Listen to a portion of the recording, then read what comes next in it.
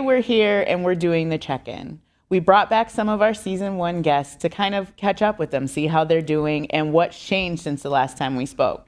So I'm joined by Nneka, Brinda, and Briana. What's been going on? Catch us up. Last when we met, I guess if you guys don't know that my website wasn't ready, my logo wasn't ready, and I was worried about all those things. I started working on my website and logo, and everything is set up now, so I'm glad about that. Last time I came and I talked about winding down my business, and honestly, I wound down maybe 7 years ago. So since then, I had an idea that I was kind of sitting on, and I went to get ready to get started on it. And I did like those first steps, like the Google search to see if the name is available and things like that. And then I found the name wasn't available and someone else was doing my idea. And I took a moment of like, okay, things are slower, things are quieter. I can actually think about like for the Crown collection, right, which is our kind of high-end jewelry line for men that is all handmade. What story do I want to tell around that? And craft a story and then work with the creative teams that I had to be able to wrap that in a nice bow and then think about the launch and really kind of slow down and take it step by step. When I started, Christian knows that when opportunity came, I grabbed it. I'm like, I'm not waiting on any business plan or I'm not waiting on my perfect business name. I actually started with Brinda Patel LLC. We laughed about it a lot that why Brinda, but I'm like, Christian, I just want to go with it. I don't want to wait that, okay, I don't want to wait on perfect things happening for me. It's funny you say that because you talked about, authenticity and you talked about like having pride in yourself. And I find that when I do post, because I don't post as often as I should, but when it's more... None of us do.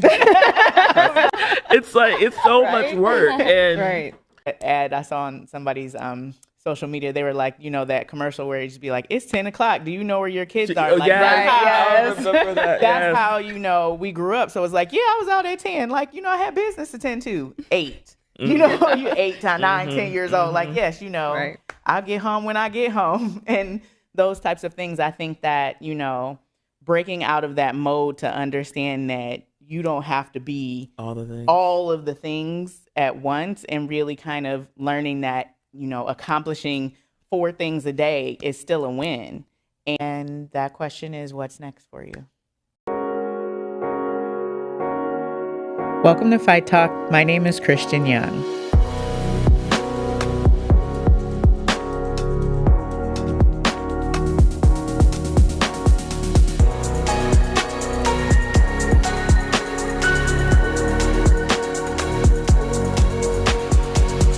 Welcome to Fyght Talk. My name is Christian Young.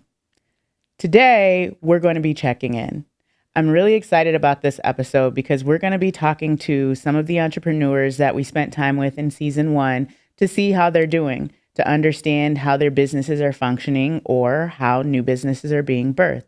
We're also going to talk about the impact of the business environment based on what's happening in society today, as well as just the general goings on in their lives. So we're excited to have you with us today and welcome to the check-in. So today we're here and we're doing the check-in. We brought back some of our season 1 guests to kind of catch up with them, see how they're doing and what's changed since the last time we spoke. So I'm joined by Nneka, Brinda, and Briana, and thank you for coming, ladies. Thank you for having us. So how are you today? What's been going on? Catch us up. Who wants to start? Well, I can start. A lot has been going on, actually. Last when we met, I guess if you guys don't know that my website wasn't ready, my logo wasn't ready, and I was worried about all those things because I was in business for quite some time, and I'm like, what am I doing now? What's my next? And that's when, I started working on my website and logo, and everything is set up now, so I'm glad about that running my business the way I always wanted to. So that's what's going on right now. So I would say since last time I came and I talked about winding down my business. And honestly, I wound down maybe 7 years ago. So now I'm looking to start a new business. And so since then, I had an idea that I was kind of sitting on. And I went to get ready to get started on it. And I did like those first steps, you know, like the Google search to see if the name is available and things like that. And then I found the name wasn't available and someone else was doing my idea, you know. So then it was like, okay, I'm at square one. Where do I start again? So now I'm sort of in that phase of, okay, this is how I want to go, and, you know, reaching out to people to get it started. I would say for me, it's been part refocusing. Part of that refocus was that I took the moment to step away for a couple of weeks. So I was in Ghana, kind of working on what I wanted, the next iteration of what I was going to be doing for this year to come to life, but then also shooting some content, and really thinking about how I want to launch things differently, right? Like I come from an advertising background, but oftentimes it's like I'm stuck with trying to figure out how to effectively do the things that I do for clients, for myself. And I took a moment of like, okay, things are slower, things are quieter. I can actually think about like for the Crown collection, right, which is our kind of high-end jewelry line for men, that is all handmade. What story do I want to tell around that? And craft a story and then work with the creative teams that I had to be able to wrap that in a nice bow and then think about the launch and really kind of slow down and take it step by step. So that's been a big shift for me because I felt like before I wasn't really planning the way I needed to. And a lot of that comes from just the nature of being, still in a corporate career and trying to build this thing on the side and always having the resources and just feeling like I'm constantly like, I mean, honestly, all over the place, right? And I won't lie, like right now, I don't feel that way because things have also changed a lot. But the biggest thing has been like figuring out ways to slow down and take the moment to like plan appropriately. But then also planning what my slowdown is for this year, right? So some things that I was doing before, like I'm not doing those things because I need to like, if I got to still work and build this business, then I need to like focus on this is a day job, but the business is what takes up the most of my time. And I can't do these other things that feel like opportunities, but quite frankly, have been a little bit more distractions and pulling me away from the business. So the focus has been great. I have my plan for 2025. It's also been a little bit of a mind game of trying to get through the plan and stay with the plan with everything else that's happening around us. And I wouldn't say fear, but the uncertainty that comes with it. But that's really kind of where I've evolved to in the last, has it been 4 or 5? 6 months. 6 months. 6 months. It's been 6 months. It's been 6 months. So that's a lot of change. So we have, you're moving more towards a place of consistency and really working to establish those boundaries. Mm-hmm. Brinda, you've accomplished some of the things that seem, when you're originally starting out, they seem tough. Like, what is my logo going to look like? What is my website going to look like? Who do I need to build my website? Like, I do want to come back to you on a couple of those things, but you're rejoining us. Welcome. I am rejoining. Welcome. Yes. I think that one of the things that you touched on was that your idea that you originally had was being performed by someone else's business. And your name was also conscripted, for lack of a better term. I know in our conversations, we talked about the fact that there's going to be businesses that do what you want to do, but it's kind of about your spin. Like, is your new business similar? Is it completely different? I know you don't want to like give it all away immediately, right? But because we all know it'll be in our Instagram feeds tomorrow. But how did you pivot from that? Like, how did you not become discouraged? So, I think I literally took a couple of weeks and just was sad about it. Like, because here was this thing that in my mind I had built up, and I couldn't do it. I mean, I could have, but it would have been exactly the same, which was wild. And so it's like, okay, it's like, but I still have a drive, the underlying focus of it, I still have a drive for. So how do I differentiate? Where exactly is my drive and what makes what I would do different? And then how do I pivot? You know, what's the change? What's the game plan now? But I did take that time to kind of be like, oh my gosh, I'm never going to get off the ground with this, you know, sort of woe is me. And then I hit the ground running. I would say one thing with that. When I started, Christian knows that when opportunity came, I grabbed it. I'm like, I'm not waiting on any business plan, or I'm not waiting on my perfect business name. I actually started with Brinda Patel LLC. We laughed about it a lot, that why Brinda? But I'm like, you know, Christian, I just want to go with it. I don't want to wait that, okay, I don't want to wait on perfect things happening for me. Right. I'm just going to get started with it. And eventually I'm going to shift when it's necessary. When time comes, I'm going to shift it. So for a longer period of time, because my business was word of mouth business, clients kept coming, knowing me. Of course, I was my own brand at that time, and I was getting the client that way. But I'm like, it's okay. Right now, it's slow and steady. It's okay. I don't want to spend money like registering perfect business or DBA or website and things like that. That could wait. Right now, I just want to focus on what value I bring and how can I tell that story to my clients, that this is what I'm solving for you. And it's not about that, you know, I want your business, just give it to me. Right. But what problems I'm solving. And that just created a new path for me. So I would definitely say that even when I looked at my competitors and like years of experiences, and with accounting, right, they are, everything's gonna be the same. So many competitors out there. You are I was the brand kind of in that feeling case. the same way as you were. I'm like, I'm getting into this jungle.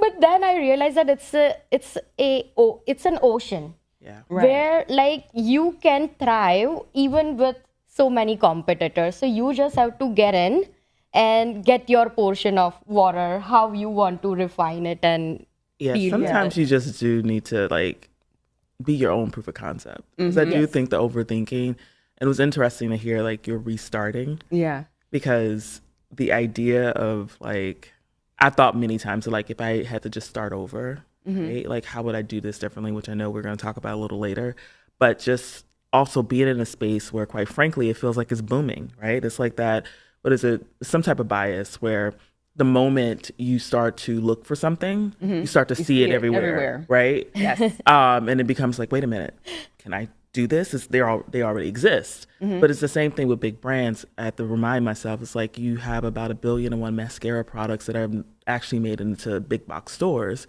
Why can't there be another made in Africa brand that has a different spin to it? But I did the same thing. Like I still kind of find myself in that same place of like, what am I doing? Why am I doing this? There's like another one that just popped up that seems like they're doing it the way I want to do it, but a little better. But I'm like, but it's me, right? Like I just need my own proof of concept. And I feel like my starting point, because I was in that mindset for so long, I did not allow myself to just like push forward fast enough, right? Because I was constantly like, well, there's too many out here. How do I need to do it differently, which means I need to invest a little bit more, which means that I'm like doing things ahead of where I should be doing them, right? I'm taking on too much inventory that I don't have the customers yet, right? Because then I feel like people need variety. And actually all they just needed was me to prove that I had a product that I believed in, for them to believe in it. And so that point about, you don't need a brand name, just start. Like, I wish I had just plowed that way faster, because it also builds your own confidence. Right. Because the moment people start buying it and loving it, it's like, oh, I have something here. Right. And that's really what we're kind of craving for in the midst of actually building the business at the same time. Yeah, it's interesting because the business that I'm looking to build, or that I am building, is different. It's not like I'm, professionally speaking, I'm a lawyer, but the business that I'm looking to build isn't necessarily that. It isn't the one-on-one client-based type of business where I can just start kind of small and under the radar. It's more of a public-facing business. So I kind of have to have some of the things in place just to protect, I have to make sure I have the licenses, and I have to make sure that I have, because it's not going to be a quiet splash. It's going to be a much larger presentation. So I think that's there's always going to be that kind of dichotomy of, do I start immediately, or it's like when you have like a business based on like like cooking or food. It's like, I can start this right now. Like we got pots, we got pans. Right. Let's do it, and I can piecemeal it out and kind of grow an organic following. I think that when you have something where it's definitely more of a public facing business, where it's like, I want to do this for the masses or provide a large scale service, there is that balance of, I do need to make sure, that I have the appropriate license, because what we don't want is for the police to bust in at day one and be like, and this is over. But I think that there's a combination of, I can start branding it. I can start, talking about that concept, and I can start, engaging people to do a little bit of market research to see about interest in those types of things. So I think that there's an ability to do a little jump in, like the behind the scenes jump in the pool before you open the big pool. But it can be a challenge though. It can also be a challenge, especially if you're, as you said, if you're not confident in what it is, because you don't know how it's going to land yet. There are 1,000,001 ideas or businesses that I've seen that, people have tried to jump in, but because of being nervous, they've kind of half-footed into the game, and then, people can sense that. Yes. They know when you don't believe in yourself, when you have no confidence in yourself, and they're like, oh, okay, well, I mean, I don't know if I want you to be my doctor, because you don't seem like you're too comfortable around these instruments. So I think that there's that mix of planning and confidence. And I think that, one can come before the other. They can happen at the same time, or sometimes you jump out and you eventually gain confidence or gain planning as, your confidence grows. So they're kind of a partnership, I would say. I was going to say, Brinda, you had an organic growth, word of mouth, the person who knew the person who knew the person. And I think that that's definitely interesting, especially in terms of, this current environment of social media. Oh, yes. And even I've noticed with this forum, trying to understand the social media game and figure out algorithms and, to try to get somebody to secretly say it in front of their Amazon, like all the things that are necessary so that you can grow. You didn't necessarily start out that way. Right.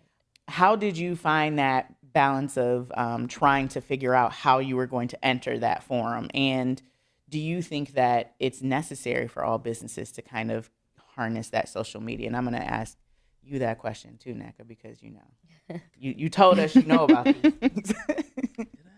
I would say that getting started, and it's fine. If you want to start small and then expand, you still have some time to figure things out that way. You don't necessarily have to go out, face it, everything, that public pressure, social media pressure right away. You can phase it out for yourself too. I would say at some point it's necessary that people know you. It's some type of, social media is some type of advertisement as well. So if you're doing Google, you're registering yourself on Google, then why not on Instagram or Facebook, Facebook page, or anything that could help you thrive. That's not a bad idea at all at any point of time. But for me, because I know that old me was kind of that, I don't want to get in front of camera, no matter how smart I am or know what I know. It's just hard because you get nervous. And I was like, you know what? I'm not ready for this right now. So I'm just gonna get started with, I know that I feel confident about and I can bring value to it and go from there. So that was first me. When things got settled and I knew that I have the clientele now and I want to grow, and in order to expand, I need to do certain things. That's when I started that, okay, I'm going to be on social media. I'm going to educate people why it's needed. And instead of going through that, hey, this is what I'm providing, I sat through and thought about how I want to convey my message. because I realized when I started working on my business and and that's when I realized that it's not about that, this is what I'm bringing to you. It's more about connecting emotionally, not just logically with them. It hit me because that's when I understood that I need to communicate very clearly and often, and it's just not gonna happen if I do not go out there and show up as I need it to be. I'm a fan of social media, but I'm not. So like one of the things we've always talked about is like I've never had a deep desire to be like the face of my brand, which is in fashion and lifestyle. I will pop up, but I don't want to be the person that's always necessarily at the forefront doing all the modeling. It's just not, one, it will feel inauthentic because I'm just not that girl that needs to be like seen. But two, I think just from a messaging perspective, like I've always wanted to build something that felt like it was drawing people in by helping people see themselves. And so just thinking about ways to be able to do that. What I would say, though, is that the mistake that people make when it comes down to social is thinking that it is a short-term customer acquisition tool. And it's not. It is a long-term game, right? It is you building a following, which should be really based on you building a community and a fandom, like people really feeling like they're getting to know you or seeing your brand in different ways. That is going to be something that you're trying to figure out ways to convert them, but that is a funnel and it takes longer, right? Like the way in which you really want to think about building a brand, you have to have social in the mix, but word of mouth builds a stronger, you get customers faster through word of mouth and direct interaction than what you probably would on social media and try to beat the algorithm in a lot of ways, right? You have to be there, but how you show up also matters too.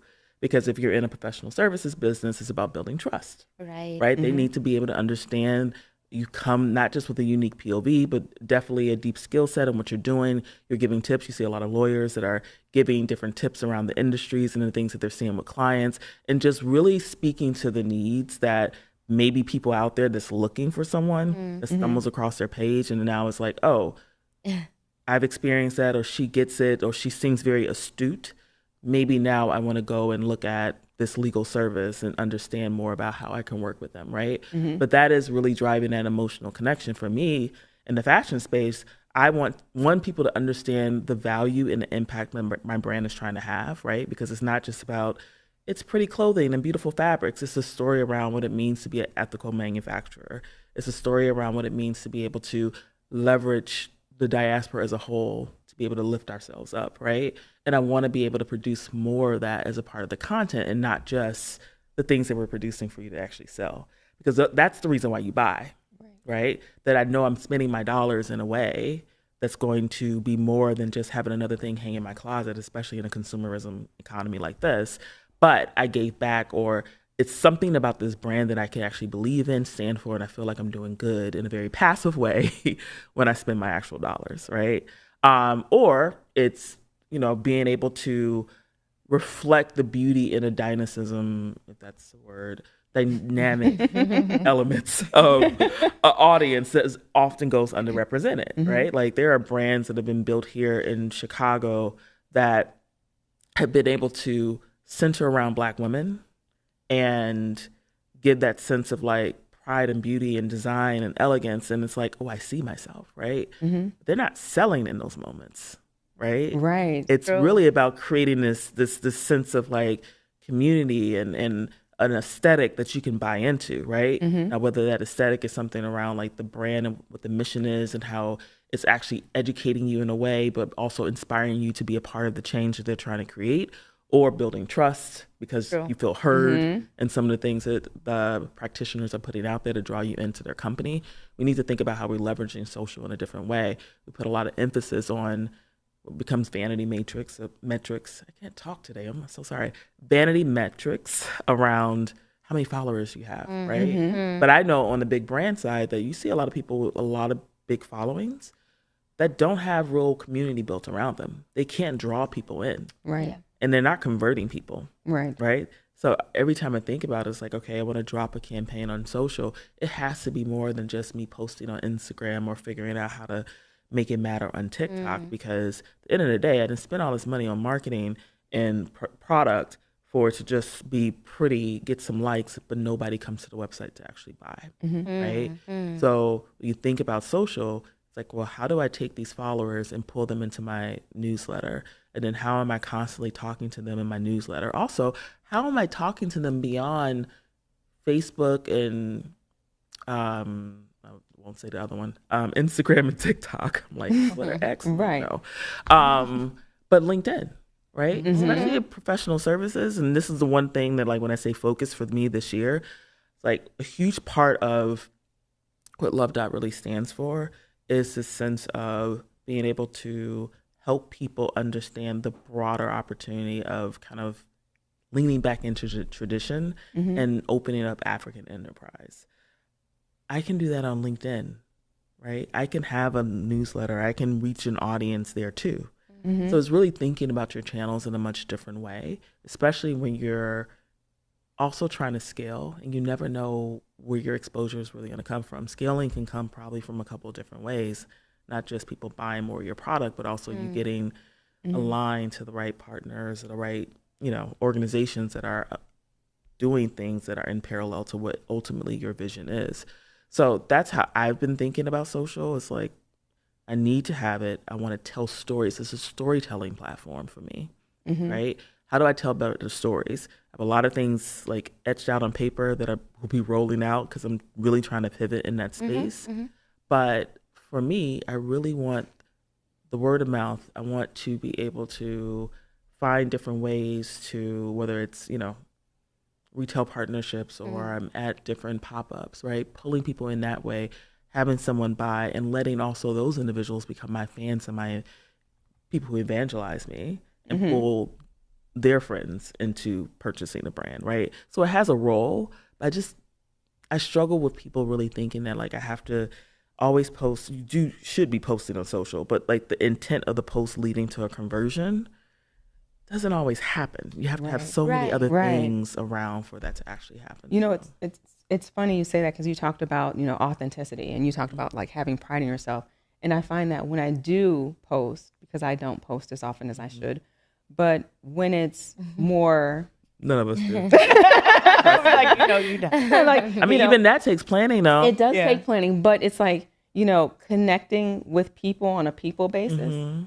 Those posts get way more engagement, interaction than informational posts, than selling posts. I'm telling you, go here, do this, research this point, find out this information. But when I just relate to people, those posts are the ones that are most impactful. I feel like if you can't post every day, I wouldn't even say go live because I've been horrible about doing that, but keeping something in your stories, having moments in your stories could also be really helpful.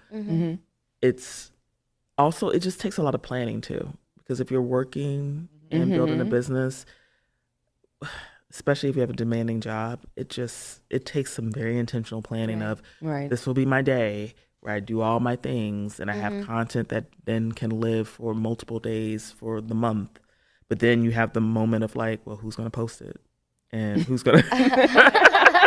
It's like, it's so much work. And sometimes you have help and then sometimes that goes away because you can't really pay people what they deserve. Like, it's a whole game. So that's what I say, like, if you're going to put your energy into something, especially if you're able to build any type of following that you can own through a newsletter or some other like off social platform community, I would put my focus there.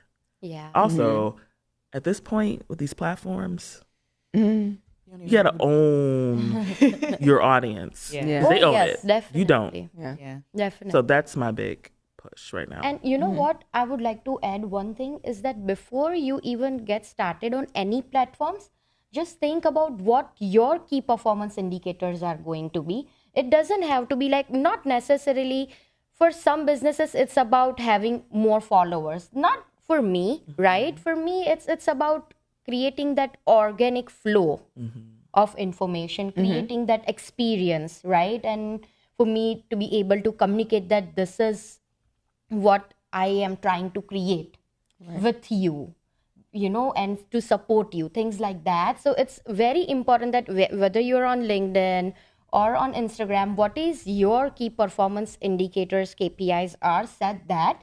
And at some point, I completely understand, because I was facing the same thing, that it needs planning, that what I want to post on my platforms. And so need to think about if I can outsource certain things as well at the same time. If I can, of course, we are not going to be, not all business are going to be at this stage where they can afford outsourcing, but there are options to explore as well. And instead of thinking about algorithms or posting on a daily basis or things like that, I would rather spend my time planning out how I want to do it and who can do it for me if I cannot, so that I can still get the same results that I'm expecting.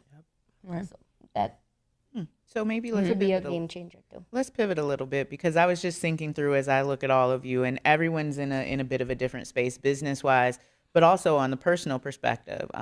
You're a parapreneur, you have junior people. You're a full-time entrepreneur, you have junior people. You are, I don't even know if I could call it a parapreneur. It's a diaspora of preneurship over there. And, and just trying to, balance everything that is going on. How do you maintain balance, find that time to kind of get in the zone, even if it's for a little bit, so that you can focus on your business while life is lifing? That's the problem. That's a good question. I wish I had an answer. Right. Yeah, I think you start with your plan and then you figure it out, kind of, sort of.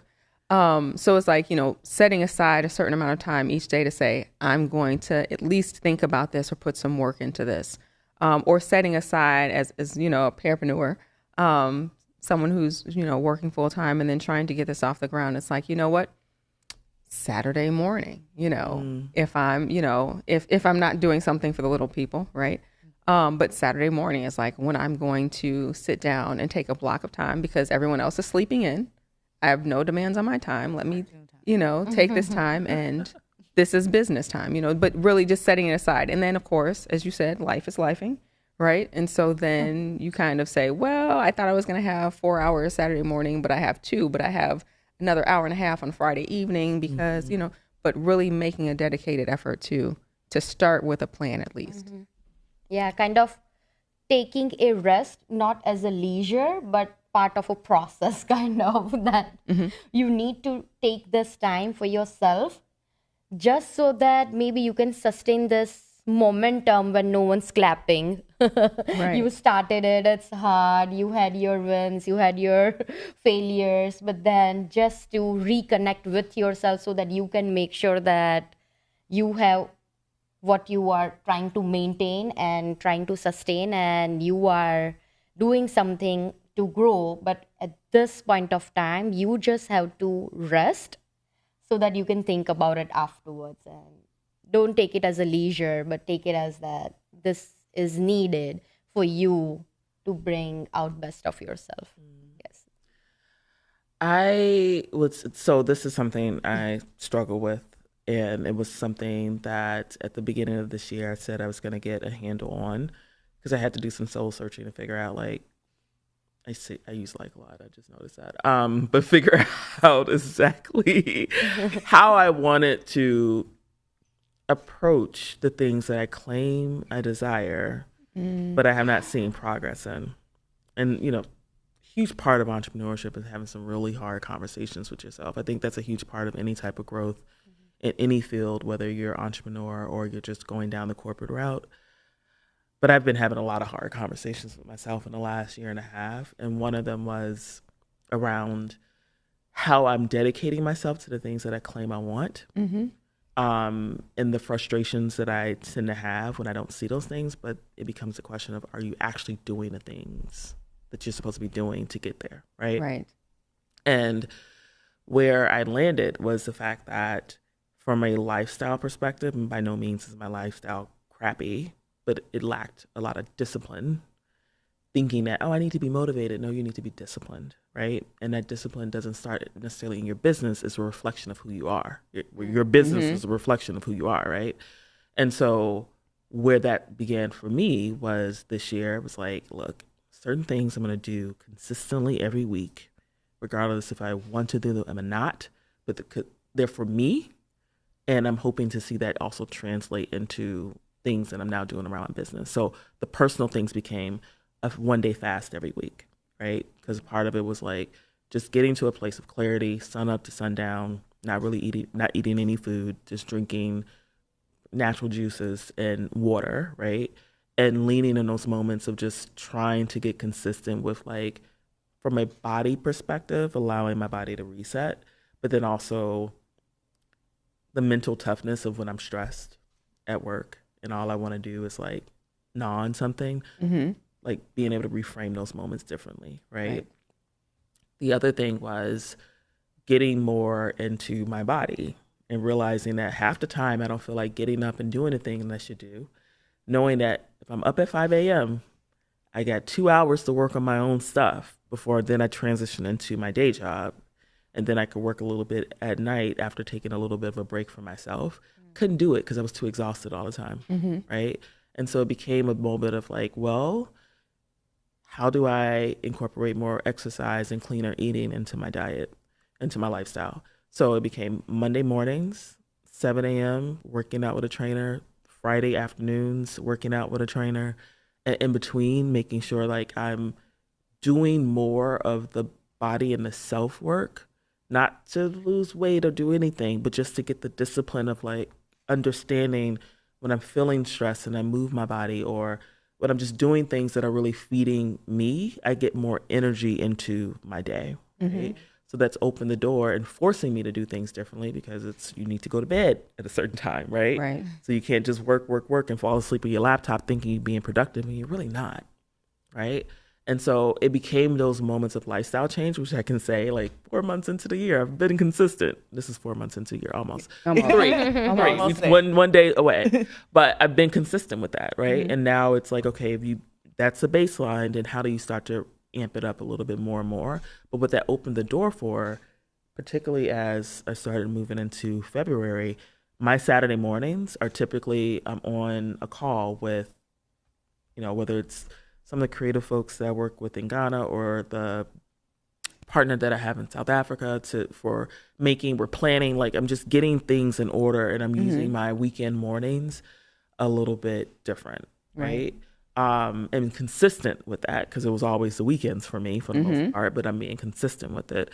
I'm getting more structure around even how I'm thinking about approaching things to be feasible based on the resources I have versus what I think I have, right? Which is like, you got to stop over here doing these things. You got to focus on what the business is doing and grow at the pace of the business, not grow at the pace of, your work, because essentially that's keeping you tied to a career, which I'm happy about and proud of. But my ultimate goal is to be able to pivot and do my own thing, right? So I can't, merge the two so much where it becomes almost hard to be able to do that. Right.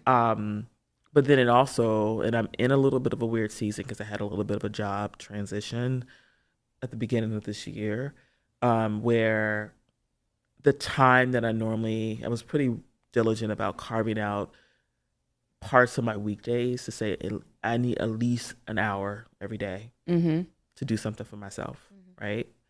And that's been really hard in the last 6 weeks because things have just ramped up in a way where I'm working late and I stop and all I want to do is just sit there and do nothing, right? So it happens in seasons. Luckily, I also have things still moving because I have people, at least in Ghana with the creative team, but they also are looking out and doing other things for me. And I'm like, oh, thank God you thought about that. Because not the fact that I wasn't thinking about it, it was just the fact that like I'm moving slower because I have a little bit too much on my plate right now. And I have to be honest about what I can balance and not beat myself up about it. So long story short, it's hard.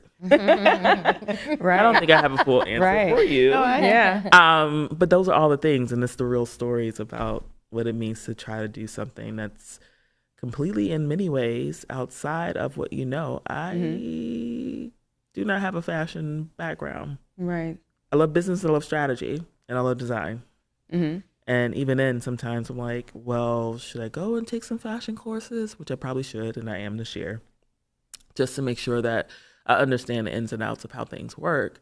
But that goes back to discipline and also making sure that you're pacing yourself and not feeling like you're behind. But I think you have to have forgiveness. Like for myself in all of the businesses that I run with my team, it's hard sometimes because I think that what people don't think about when they think about entrepreneurship is the fact that you also have to balance your emotional state. Yeah. Now, I have ADHD, significant. And so it's hard for me to be consistent every single day because there's a lot of just like data binging for me. And it's like, this is what I want to be focused on right now. And I am in it. Like I know everything about it and all these other things. But then for me, it's about staying sustainable with it because I can conceptualize things very well. I can plan it out. I can tell you this, this, and this. And in my mind, the ecosystem is built. But I have to work on how I communicate that to my teams because they'll be like, say what? Like, what about all these things? And I'm like, don't worry about that. So it's about really trying to stay focused and allow for that foundation and being kind to yourself because I recognize who I am as a leader. And, I'm very focused on my team and my people and making sure that they're well. I don't have a problem saying my bad when, when little like dust ups happen or things like that. But I also have to recognize that the speed in which I go can be 100 miles an hour. But then if emotionally I'm not there, it's like, no, I will be not focused on this. I'm going to get on YouTube and mind my business for 3 So you to just 7 lean business into that? days. Sometimes I have to. Okay. Because, and there's always going to be this pressure. My therapist always says, you should not should yourself. She'll be like, you're shoulding yourself. Like, so I have to, understand how to effectively ride the wave and understand when we are full force and when sometimes we have to kind of scale back because if I'm not there mentally, then I'm just not there. And there's no amount of force that will make it work. And my team's fully aware of that. Like there'll be some days and like, I'm coming out of a very significant corporate job where literally I worked myself into the hospital. I had to, I have to relearn how to listen to my body. How to know like, you're not feeling well. Maybe you should hop on a plane and you don't need to be in 6 countries today. And, you're not in a mode and I don't have that clockwork mode anymore because I'm kind of retraining myself as a professional, as an entrepreneur. So I think that like when you're going through all of this, the grace that you give yourself is super important. Now, sometimes you have to be not like, now look now. Right. You're going to need to at least do this because you Grace, have not to excuses. do this. Right. Exactly. Yeah. That True. part. That is So so true. I think that, it is about having discipline. And I think that generationally in some ways, having to be, like I would say in the millennial generation, you had like, we were small adults, like from very early ages, like super responsible, like very responsible. We had, what was that ad I saw on somebody's social media? They were like, that commercial where it just be like, it's 10 o'clock. Do you know where your kids are? Like, I remember that. That's how, we grew up. So it's like, I was out at 10. Like, I had business to tend to. 8. You 8, 9, 10 years old. Like, yes, I'll get home when I get home. And those types of things, I think that, breaking out of that mode to understand that you don't have to be all of the things at once and really kind of learning that, accomplishing 4 things a day is still a win. And, finishing out your to-do list is what you may have done on your best day, but every day is not going to be your best day, has been like a key component to trying to navigate this thing. Because, I know a lot of people are like, well, I used to get this interview question all the time, like, what does a standard day for you look like? I'm like, well, which day? Because Right. last Tuesday, I was like, I was guaranteed to work out, eat, brush my teeth, shower, but everything else looked different. You know, there's a consistency sometime of activity, but it's not always going to look the same. You know, you might be like, okay, I'm going to work out every day, but I'm not necessarily going to do the same workout every day. My workout might be, I got 10,000 steps today, or, you know, I went and lifted weights today, or, you know, however it is. But that definition has to be something that I think all of us have to make peace with and know that this is okay. And it's not what I should do, is what I am doing. I appreciate you guys all being here today. And I just have one last question. And that question is, what's next for you in the next 6 months? Because, you know, you might be back up here. You probably will, because it's me. Okay, so what's next for me? New product launch, which is not really new. It's just a relaunch of an existing collection with a more eloquent and personal story attached to it. I'm probably going to do something else for Chicago Fashion Week, which I'm looking really excited. I'm really excited about, and really thinking about how I want that to be different this year.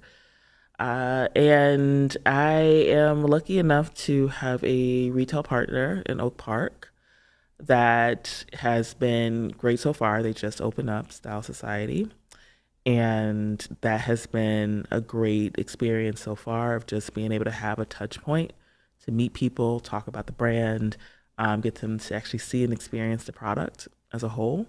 And I have some content coming out, series that really brings the essence of what Love Dot is, which is that connection across the diaspora, celebrating the stories of people who are dressing for the best, but also doing it for the sake of progress, right? They're showing up great and doing big things, called Bold Ambition.